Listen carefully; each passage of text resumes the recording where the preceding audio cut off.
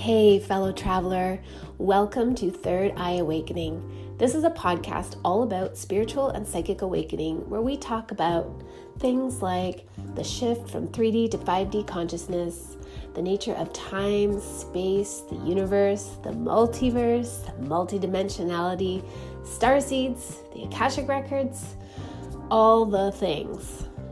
I'm so glad that you're here with me today. I appreciate you so very much. All right, let's get into it. Hey, beautiful beings. Welcome back for another episode of Third Eye Awakening. I am your host, Amy Belair. Before we get started, if you want to create me on Instagram, you can check me out at thenorthstar.love. And if you like what we're talking about here on the podcast and you'd like to be part of an interactive community, then come join my free private Facebook group called Soul Space. Just send me a request and I'll add you. I would love to have you there.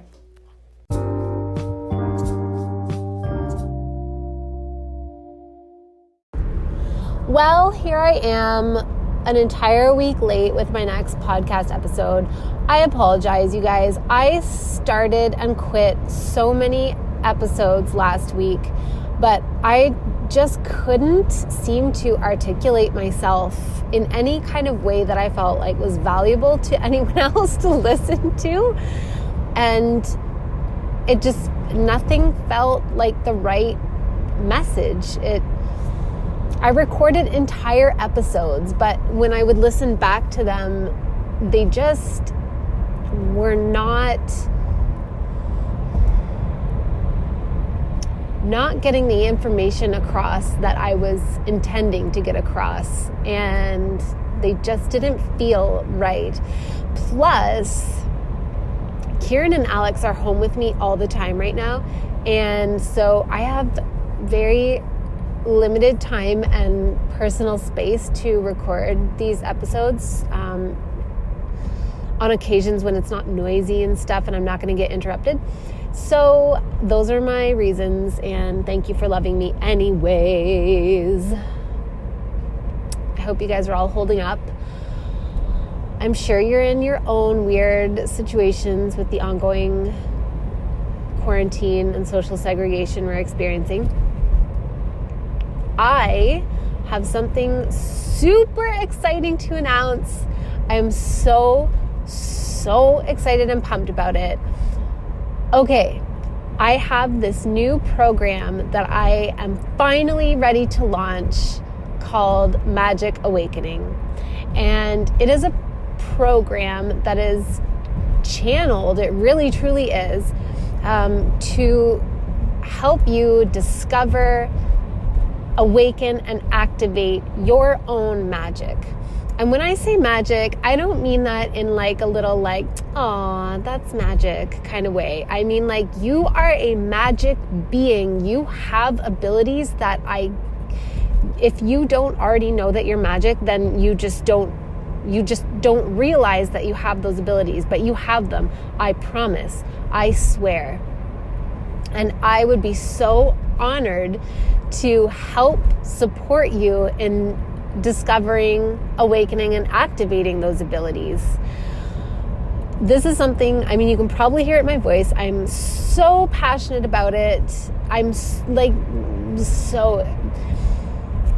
Guys, for real, I kept this stuff to myself for like my whole adult life because I was afraid that people would make fun of me and that I would get like, I don't know, burnt at the stake or stoned to death or something like that. It was a really legitimate, I was afraid to share these things, and I've finally unleashed it, and it feels so freaking good. And the amount of freedom that I feel it's amazing. I don't know. I can't even find the right words.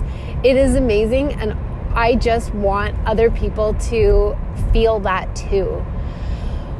And this is truly a life's work. I mean, if you listened to my first 3 episodes about my spiritual and psychic awakening journey, then you know that it was a long, unfolding process, and that for some reason, through the majority of it, I kept thinking that I'm just a regular person and I don't have any special abilities, because I was comparing myself to other people, and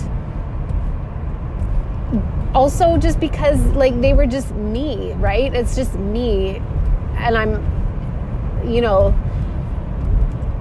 I guess like when you just live with yourself, like for instance, if you happen to see the color red in an extra vibrant way, like how would you ever know? Because you don't see it through anyone else's eyes. That's just red to you, right? Anyway, but along the whole process, my whole entire journey of getting to a place where I was, ready to truly honor and acknowledge and accept and activate my gifts, my magic, I, cultivated a whole bunch of tools. I learned so much because I was just constantly devouring things on this topic, on the metaphysical topic, I suppose, if you were going to summarize it. So I feel like I have like pretty much 2 decades worth of stuff to share. And also, my mind just gapped out. Also, damn it. Oh yeah, also the incredible rapid progression of my magic, the development of my magic since I just started owning it and living it and practicing it and like not relegating it to the back burner of my life, but like integrating it into every single aspect of who I am and who I be. The progress has been amazing to experience. So this program is really designed, I mean, I think I really I have pulled out the best of what I have, and the best of what I've learned, and the best of what I've channeled. and it's designed for people who want to believe that they're magic, but they don't really. They really want to believe it. They want it to be true for them, but they don't think they have any evidence of it, and they're kind of afraid that they're not magic, and they just want to believe, but they don't. But I think if you already know you have magic, there's a lot to be found here too, because I go really deep. I'm a Scorpio, and I go deep. So I'm very excited about it. This is going to be my first ever time running it. It has been gestating for about a good 10 months now, and it's finally ready to be born into the world, and I'm super pumped. So the details are that it is a live 12-week program, and it'll have live components where I come on and talk about the various topics, and it also has 3 built-in live Q&As, so kind of like break weeks to integrate things, and opportunities to do live Q&As and intuitive guidance sessions. So you can ask questions about the content of the program, but you can also ask questions like about your own journey and what kind of, and I'll tune in for, clairvoyant, claircognizant guidance, basically, to answer your question.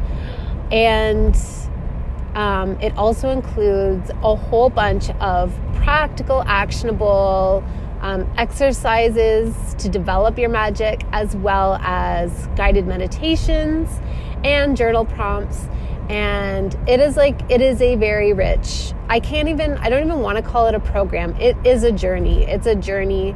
It's like you enter the portal, go through all the transformation and come out on the other side as a new, activated to a new level of who you are. So I'm super pumped about it.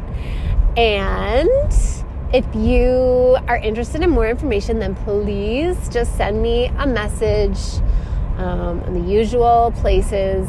I love hearing from all of you so freaking much. Or you can just come join my Facebook group, Soul Space. I would love that too. All right, okay. I'm going to stop talking about it. I'm going to get into today's episode. I think you're really going to like it. It is super interesting. All right, let's go.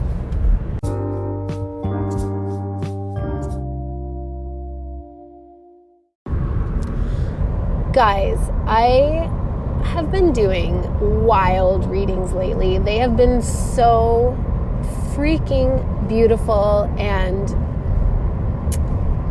very intense, like very humbling, the information that I receive. And I wanted to tell you today a little bit about a reading that I did, I think it was last week. It was one of the Starseed, multidimensional Starseed readings, and it was so good. And my mind was blown by the things that I was seeing. So I asked Rebecca, who received the reading, or we really did it together, if it would be okay with her if I shared some stuff. And she was like, yeah, it's cool, which was so nice and generous of her. So she wrote me because she was having some really wild experiences lately, like random out-of-body experiences during meditation and visitations from other beings that claimed to be her, and just trying to understand. She was wanting to understand and piece this all together better. So we did a reading together, and it was so... I don't know. I never cease to be amazed by readings, because even though I do my own inquiries when I get the time, because I have a little person and she's at home with me all the time right now. So I don't get a lot of time to meditate these days. But I do my own inquiries into the nature of the universe when I'm on my own. But I can only get so much information just by going in with my own psyche. But when I go in to do readings for other people, it's like I get a whole other view of the vastness of the universe and the multiverse. It's incredible. So Rebecca asked me, I can't even remember what her first question was. I think she just wanted to know what kind of, where she had gone on this out-of-body experience. But what I saw was so amazing. Okay, so I saw that the consciousness, her soul that animates herself in this life is very much like the movie Avatar. And there's another portion of herself living on a spacecraft that is massive, like an entire city, like a whole population lives on that spacecraft. And it's not just for the purpose of travel. It's almost like a pseudo planet. It's like, it wasn't a planet. It was not an organically created structure or vehicle. It was definitely created by the civilization that she was part of. But it's like a cruise ship. Oh my gosh, it's like on WALL-E, the Axiom. It's like your gigantic space yacht. It was kind of like that, but the beings that lived on this spacecraft were not homeless humans. They were humanoid beings of a higher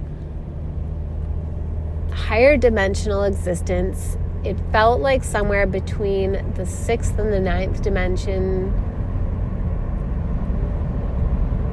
I'm not amazing with that, pinpointing that kind of stuff yet. I can only sort of gently feel into it.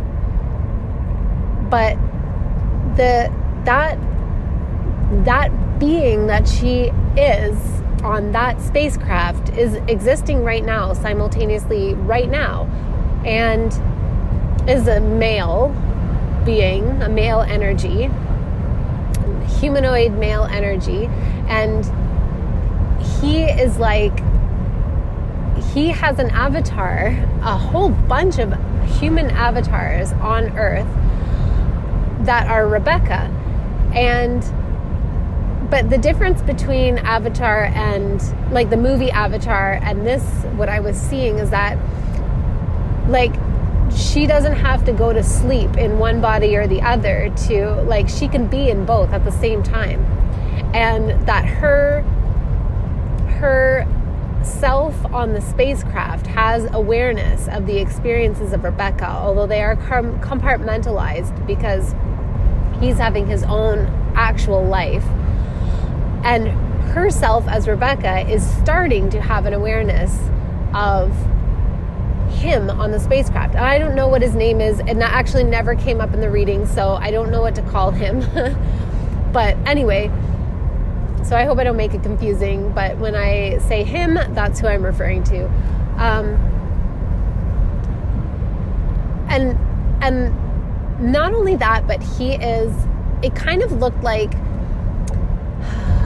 his consciousness was dripping down into these human bodies. So it was dripping down into Rebecca and then dripping down through our air quotes like linear timeline through history into her other past lives, which are in reality parallel lives. I hope I'm not being way too confusing, but I probably am.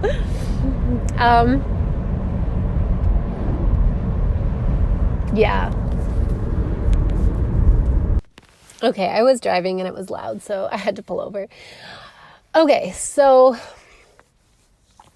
his consciousness was dripping down into her consciousness that was dripping down through an apparent linear experience of all of her past lives. And yet they're all happening simultaneously, but at different points on the human timeline that we experience, because we do exist in the third dimensional physicality and the fourth dimensional time. And the purpose is that he is, it really is like he's gathering intel. It's an experiment, kind of. It was hard for me to totally figure it out, because when I'm tuning into stuff like this, it's like beyond what we have human context for. And all I can do is try and relate it to things that our mind already understands. But some of the stuff is just like outside of our understanding. So he is invested in the, he and the people he belongs to are invested in the, experiment of Earth humans, because we are not organic beings to this Earth. We are organic insofar as like we're not laboratory created. So, that's the other thing is like, so Rebecca's an avatar for this being, but Rebecca is an actual organic human. She, her body was not made in a lab on their spaceship, although she did tell me that she was kind of laughing because she was told that she was an IVF baby, and so she felt like she was like made in a lab. So anyway, it was kind of funny, but she is an actual human, and all of her past lives are actual humans with a normal gestation within a human mother, and being birthed out by a human mother one way or the other.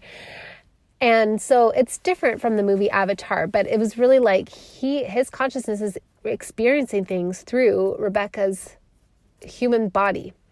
And they're the same being, and they're existing all at the same time. And all of the other, even though his consciousness is dripping down through the other lives she's had, that we would consider past lives, he is seeing them and experiencing them all right now, because time is only something that we experience here in the third dimension. It's not part of the fifth dimension and upwards experience. So, yeah.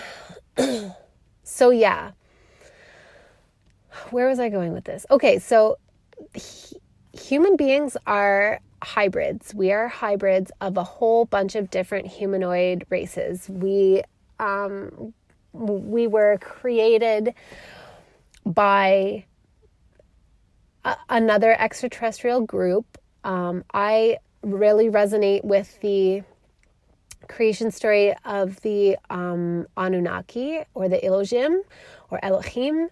But, that's just, again, I always take all these things with a grain of salt, because they are all just ways of our human psyche to try and understand things that are bigger than what we tend to limit ourselves to.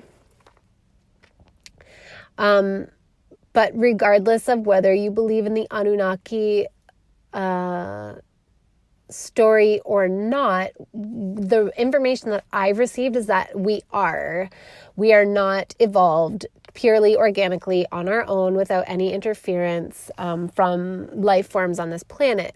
We are hybrids of simians that originated on this planet, and that our genetic material was modified by other groups of non-Earth intelligence. I don't even like using terms like alien or extraterrestrial, because I feel like they're just really loaded with fear-inducing and sci-fi kind of concepts. And this isn't my experience of this, is that it's not fiction. So I don't really like using things that, bring up science fiction feelings or meanings or whatever.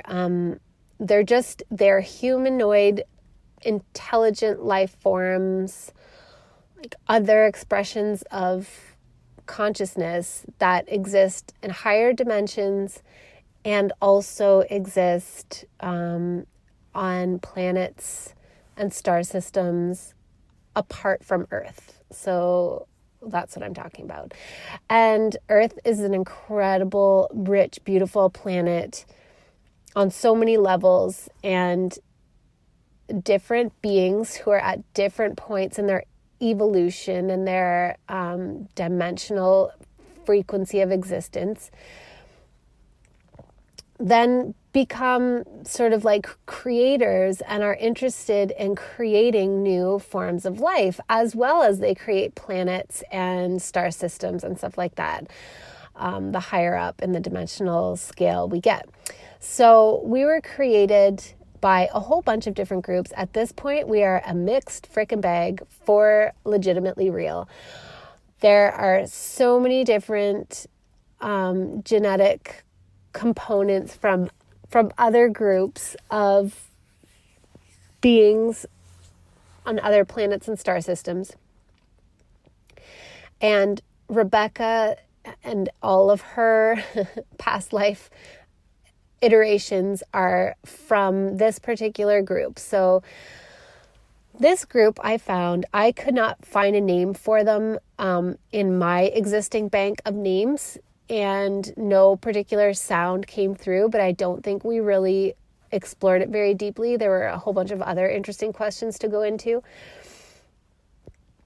And so they're not a group that I already know of. They're not the Pleiadians or the Sirians or the Arcturians or the Lyrans or the Orions or Andromedans or Draconians or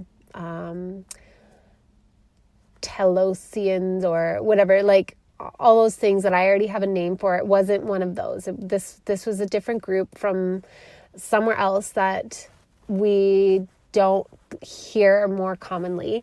And they were just interested in the experiment of the evolution of consciousness that humans are experiencing. And so he's able to look through and experience life through Rebecca's senses as well as her past lives. And so all at the same time, he's able to receive information of like the different experiences that humans have at different points in our timeline and different locations on Earth and different societies and things like that. It's very interesting. And he was able to receive this and then like download it into a system of information organization that then the whole group that he belongs to is able to extract data from.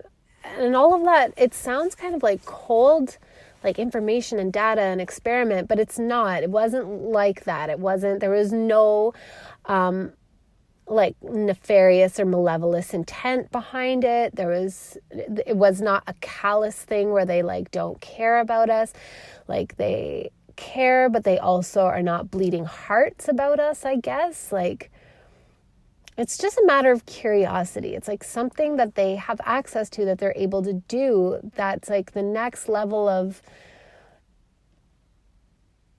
creation, I guess, an exploration of what it means to be self-aware consciousness in this universe. Super interesting. Super, super interesting.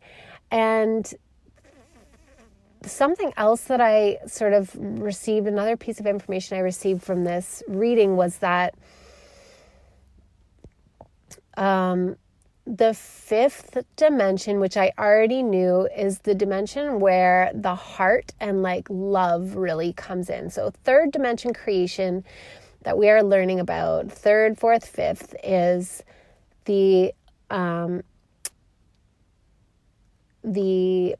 pinnacle, the peak of our creativity expresses itself as creating for ourselves, creating for our own individual lives. Like, so creating the life that we want, the relationship that we want, the, home that we want, all those, whatever things appeal to any given individual is creating for the self. And that doesn't mean in a selfish way that it's a terrible thing. It's just like we can go about it in a way that is at the expense of others, and that kind of sucks, but it is what it is.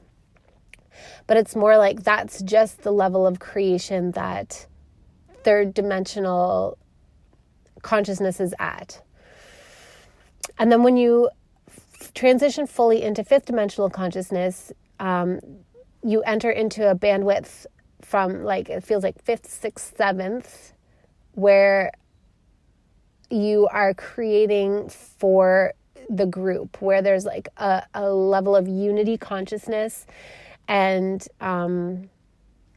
the frequency is like divine, pure, unconditional love for all beings and expressions of the whole. So it's like more of an experience of cohesion and harmony, and not just in a kumbaya kind of way, but literal harmonics of vibration, where the understanding is like, so when you master people being able to create for themselves, which we're still working on here on Earth, some people are getting really good at it, but they're trying to teach others so that we can all get there, so that we can create for ourselves. And then once we've all learned how to create for ourselves, then what we do is blend our intentions and create together for the whole. And it's a whole other level of magnificence in creation. And once that is mastered, so as you get up to the seventh dimension, that is in a place of mastery, and somewhere along the sixth dimension, it moves into creating new life forms.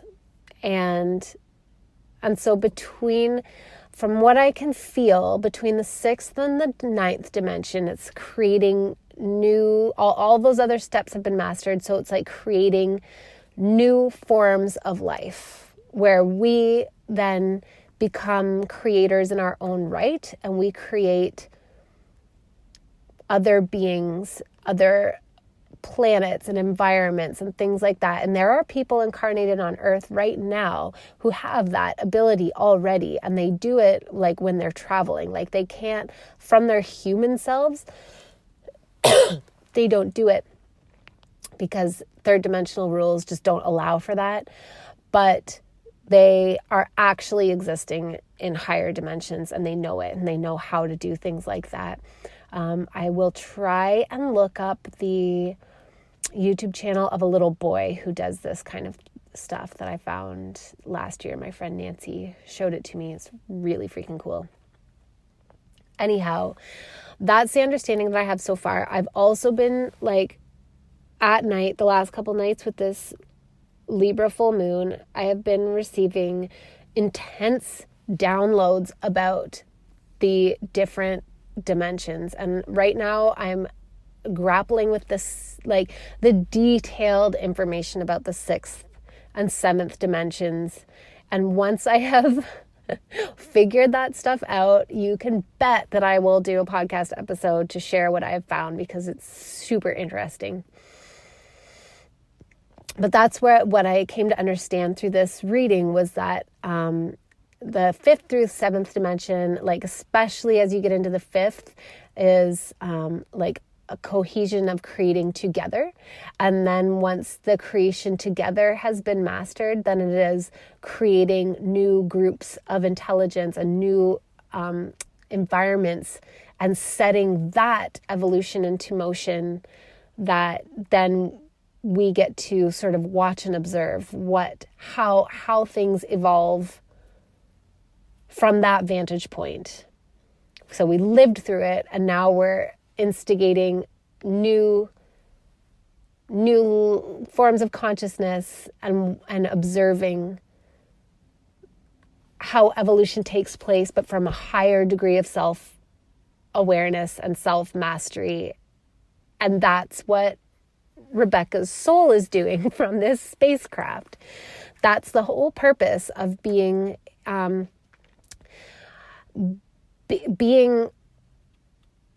existing on this spacecraft as a humanoid being, and then like filtering down through the consciousness of different humans through different times. And what I also is it's just like the pure fucking joy of creation and experiencing evolution, and like there's always a higher level to go. And even I'm so convinced, like as I finally make it up to the 12th dimension, understanding how the 12th dimension works and what it's shaped like and whatever, I'm convinced that it's just going to lead through a portal into a whole other level of dimensions. Because it just doesn't, everything I've ever been shown since I started receiving information when I was like, I don't know, 18 or something like that, 17 or 18, is that it's infinite, that the scale, the scale from small to large has no beginning and has no end. I remember one time somebody asking me, like, you know, trying to be like all clever. This was a long time ago, in my early 20s, like, where does a circle start? And it was meant to be one of those questions that doesn't have an answer. And I was like, the center. And the person was like, like, you were supposed to be stumped by that. And I was supposed to feel really like smug and superior for stumping you. It was all in good fun. But that's what I'm really feeling right now. It's like everything that I've ever been shown is that it begins in the center. It begins with a single point, and it expands out for like infinitely. Oh, it's very exciting. I'm super exhilarated by all this. Super exhilarated. Anyway, the other cool thing that I saw is that her soul is also filtering down through a whole bunch of other humans. It's not like one soul to one human. It's like one soul to as many humans as they are capable of and feel like doing. And there's yeah, it was really wild. And then as I was zeroing in on her other lives, because there were a couple that were interesting and there was one that was like super mundane, I think it was just a way for me to get a bigger part of the picture, that it's like they don't all have to be like spectacular lives. They are just regular human lives. Is that then within each of these lives that's happening down through our timeline that is being filtered through, each individual life also has infinite parallel lives. So like I saw a life, the mundane one for Rebecca was like somewhere in, I was like, I think it's Idaho, but it felt like the Midwest, but I honestly don't even know where Idaho is. But it felt like that's the shape of the word that was coming through. In the 1800s, like maybe the 1830s, and she was a woman, like a frontier woman, and like it was just a regular life. It was not, there was a lot of density to it, a lot of survival, not very much magic. And that was okay. That life was perfect as it was. And even within that life, there were like infinite parallel versions of her existing at all times with different outcomes and different unfoldings. And it was just, oh my gosh, you guys, the arrangement of energy and consciousness is fucking mind-blowing. I still can't quite integrate it all. It's wild. And he is gathering intel through all of those. Although there is always one that is predominantly inhabited by the bulk of the human consciousness. So like when I talk about parallel timelines as well, I know that was my last podcast episode.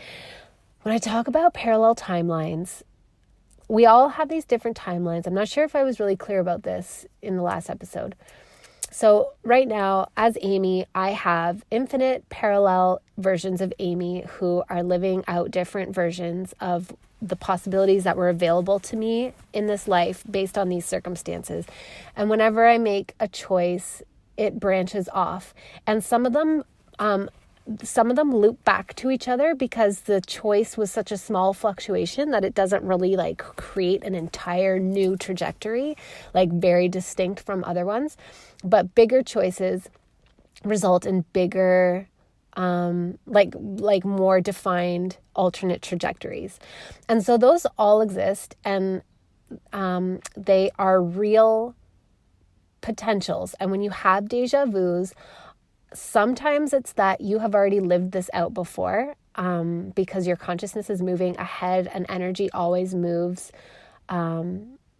faster than density, than physicality. But sometimes deja vus are like you are just moving in between, like laterally in between your different parallel timelines, and having sort of like a moment of lucidity where you're like, like I've already been here. This has already happened. Like I've experienced this on a different timeline, or there's just something about it that's slightly like I've already seen this. I've already experienced this.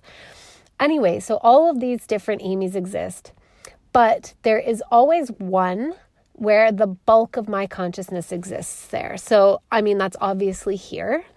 And I move through them, right? Like we're constantly moving through our, like, it's not a vertical path ahead of us only. It's often more diagonal. Like we're sort of diagonally, like all paths lead to more or less the same outcome because we all die. But we all also ascend and transcend. But it's different paths that take the way there. And the paths, like I said, interweave together. And so we're kind of moving more diagonally forward than we are just like, I don't know, kind of straight ahead, if that makes sense.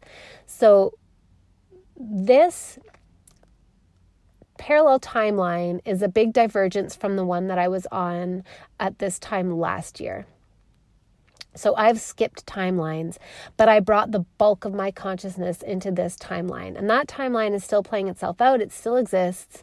I can tap into it. Sometimes I feel it, like I did this morning, because it still has a lot of energy behind it. But this is the one that the bulk of my consciousness is in because I've chosen it. I hope that makes sense. So even though all of her different lifetimes are all existing in parallel realities, and existing at different periods in human history, and her soul from the spacecraft is experiencing all of them, and at all of the parallel realities of each life she's had, there is always a dominant timeline for each one, and that's where the majority of his information is coming from. Man, that was so, I honestly, that reading was so much fun to do. They're all so much fun to do. If I've done a reading for you and I haven't shared it on here, I sincerely hope that you don't feel like your reading was boring, because I literally never feel that way. This is actually the first time I've ever shared a reading because I just got so much more of an overview of how consciousness arranges itself. And I was like, I'm still mind blown and integrating all this, and I feel like I have to share it with people, and Rebecca was super cool about it. But yeah, I receive so much clarity from all the readings that I do, and it's just, every time it just feels so next level. So wild and next level. And then Rebecca asked me what was higher above that, and that was really interesting. As I tuned in, okay, wait, back up. First of all, the beings that exist on the spacecraft, I tried my best to describe them, but I gave the caveat that I'm just interpreting energy. And I'm a visual person, so everything comes through as a visual representation, but nothing is fact. And if you're in my Facebook group, you may have recently watched a TED Talk video that I posted, a YouTube link, that was about how reality is like a hallucination produced by your brain. It was so interesting. If you want to watch it, then come join my Facebook group. And if you don't want to join my Facebook group, but you still want to watch it, just Google reality is a hallucination, and it's a TED Talk, and it's 17 minutes or something like that. So I'm essentially interpreting information that is all energy, and I interpret it visually, but I also know that everything is having to filter through my psyche and my personal bank of symbols based on the context of my own life and what I've experienced so far. So please don't take anything that I say to be 100% fact right now. I mean, it's obviously not. It's just subjective experience. But anyway, so the beings that I saw on the spacecraft were humanoid. They were taller and thinner than we generally are. But not spindly or weird or anything. They had 2 arms, 2 legs. There's a distinction between male and female. And they kind of had a bluish skin with silver, also silver to their skin. And they were all wearing bodysuits, and they had fairly similar faces to ours. The eyes were larger, but they weren't similar to images of the grays that we tend to see. Yeah, and anyway, the interesting thing was that I could tell that their bodies weren't really physical. They were more condensation of light. And they had all agreed that this was the way that they wanted to be represented. It's just rather than physical bodies needing to be created the way ours are created,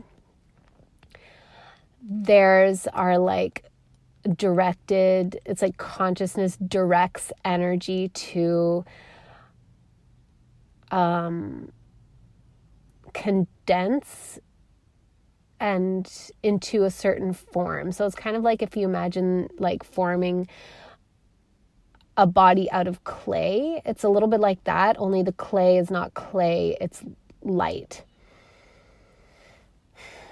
I don't know if that makes any sense to any of you guys. But that was really cool. And I could also tell that they just simply did not have like the nutritional and hydrational physical needs that we do, because they aren't physical beings. So anyway, when I tuned into what was higher above that, it was an entire consciousness that was amorphous. It was light, just light, and it has no body. It is a whole entire consciousness that has then broken itself off into, it has individuated into this collection of beings. So all of the beings from this group on the spacecraft, but not just the spacecraft, also the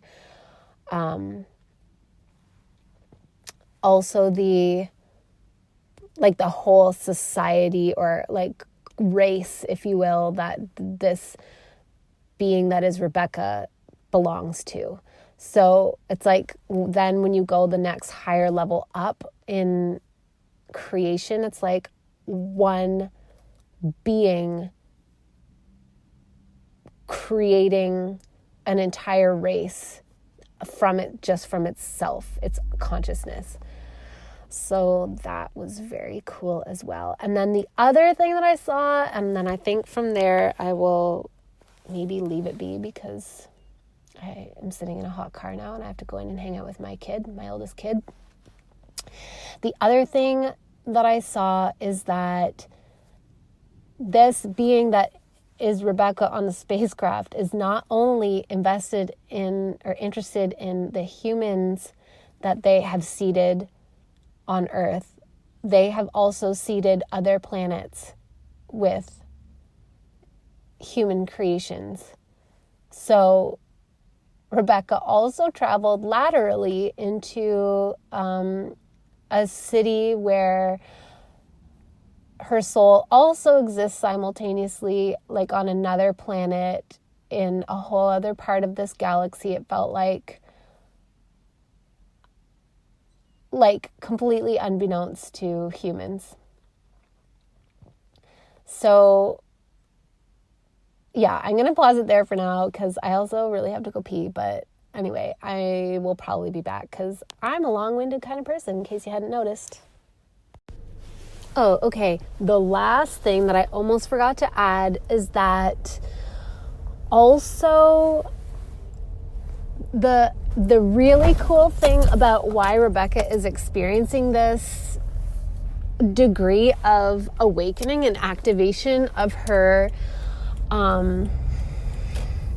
abilities right now is because part of the experiment is that they're super interested in what's going on collectively with human beings and our large collective ascension that's happening.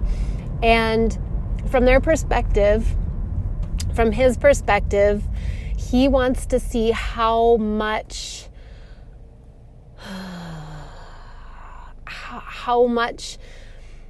consciousness, like light consciousness, a human mind can receive right now, if that makes sense. Like, I'm trying to think of the words so that I can describe it so it doesn't sound alarming and invasive, because that is not the vibe at all.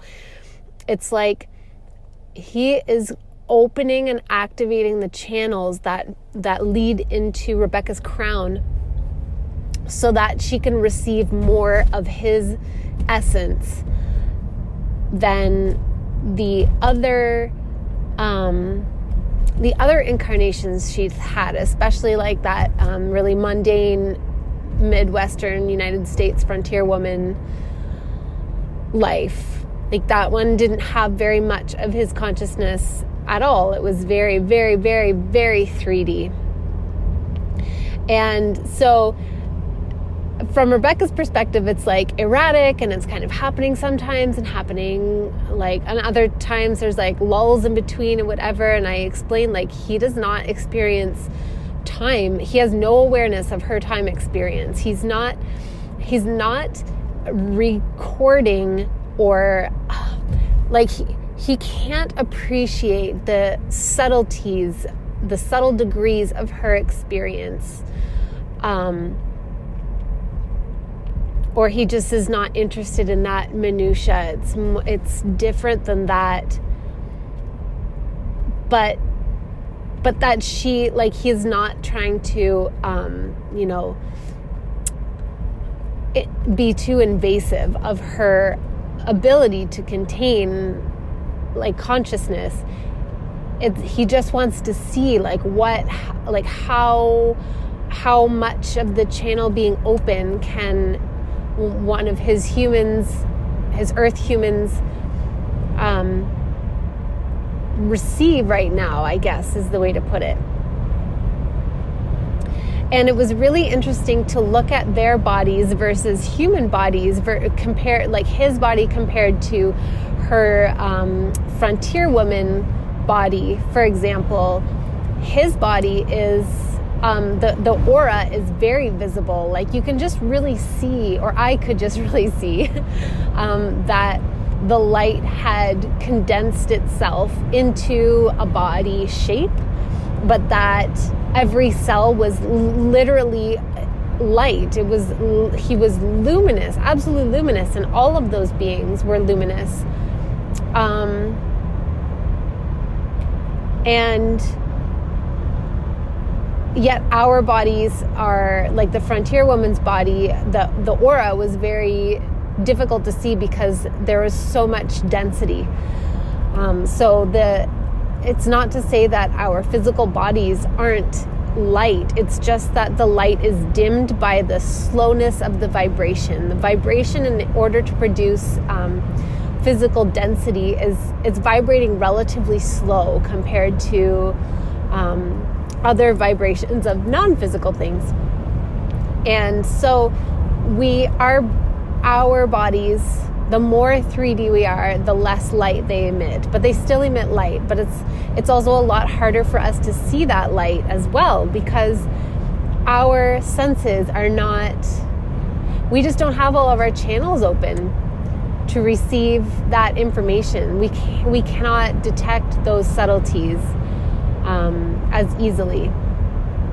Anyway, okay, I think that's all I wanted to say about this reading.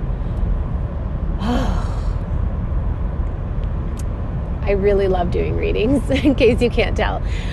I hope that was interesting for you. I hope it was as interesting as it was for me. And if nothing else, perhaps you enjoyed listening to me totally nerd out on all this stuff.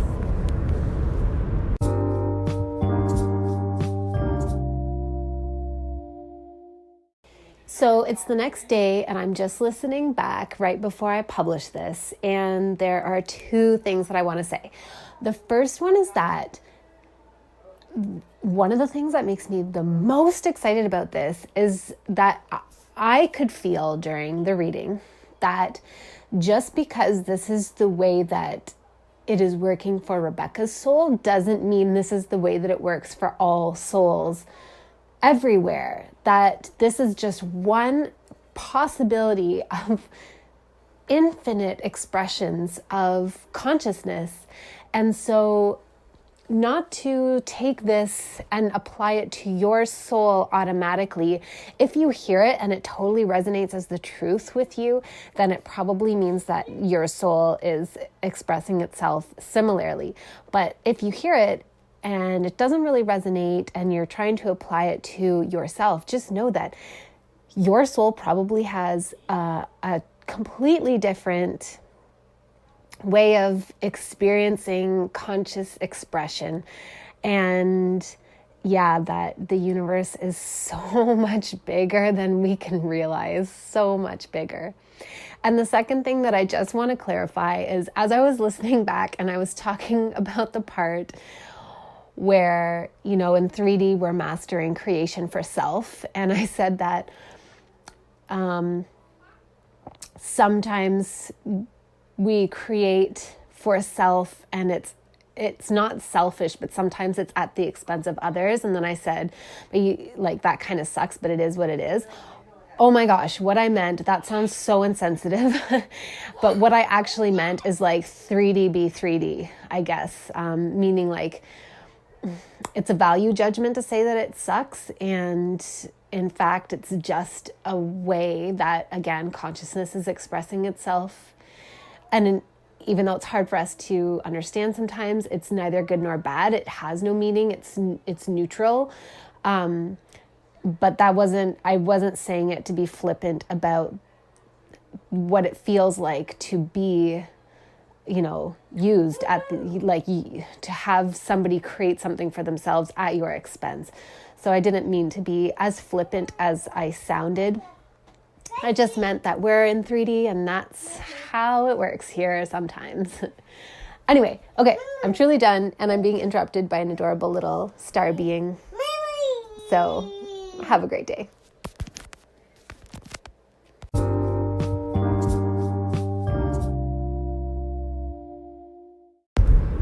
If you would like to do a multidimensional starseed reading or an Akashic record reading, please don't hesitate to reach out. I would love to hear from you. Like I said, the readings that I'm doing lately are just astounding. And if it feels aligned for you to have such a reading done right now, then I would be truly honored to get to connect with your soul in that way.